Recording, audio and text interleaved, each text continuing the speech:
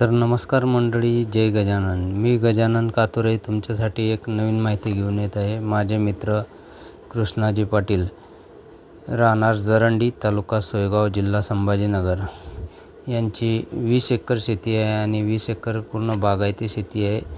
त्याची माहिती घेण्यासाठी आणि बघण्यासाठी आम्ही तिथं गेलेलो आहे.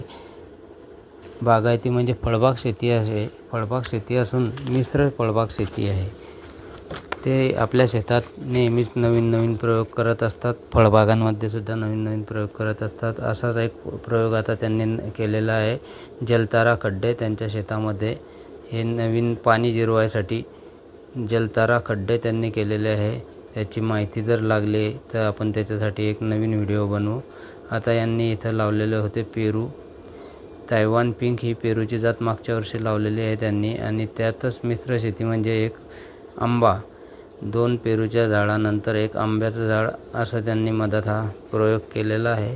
ही मिश्र शेती त्यांना काय रिझल्ट देते ते आता आपल्याला पुढं समजणार आहे. तसंच त्यांची ही दुसरी 3 एकर शेती आहे.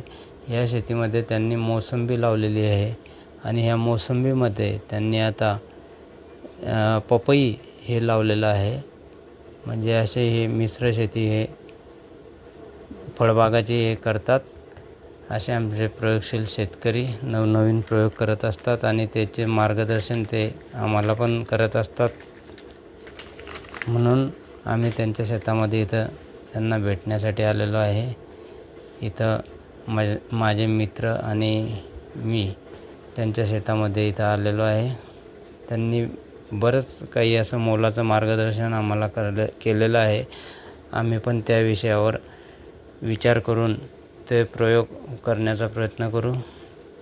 तसेच आता ही त्यांची सीताफळाची जुनी बाग आहे. ह्या बागेला जवळजवळ 15 वर्ष झालेले आहे त्यांच्या.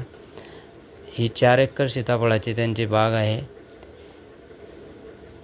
ते जास्त फळबागेतच आपले हे शेती करत आहे. मजुराच्या अभावी किंवा या बाकी हिच्यातून त्यांना व्यवस्थित प्रॉफिट हे फळबागेतच वाटलं आहे. तर यांचे हे प्रयोग आम्ही तुम्हाला दाखवण्याचा प्रयत्न केला. हे तुम्हाला कसे वाटले हे नक्कीच आम्हाला कमेंटमध्ये सांगा. आणि यावर जर काही अजून पर्याय असतील तर ते सुद्धा आम्हाला सांगा. आम्ही नक्कीच विचार करू आणि त्या विषयावर अजून अभ्यास करून निर्णय घेऊ.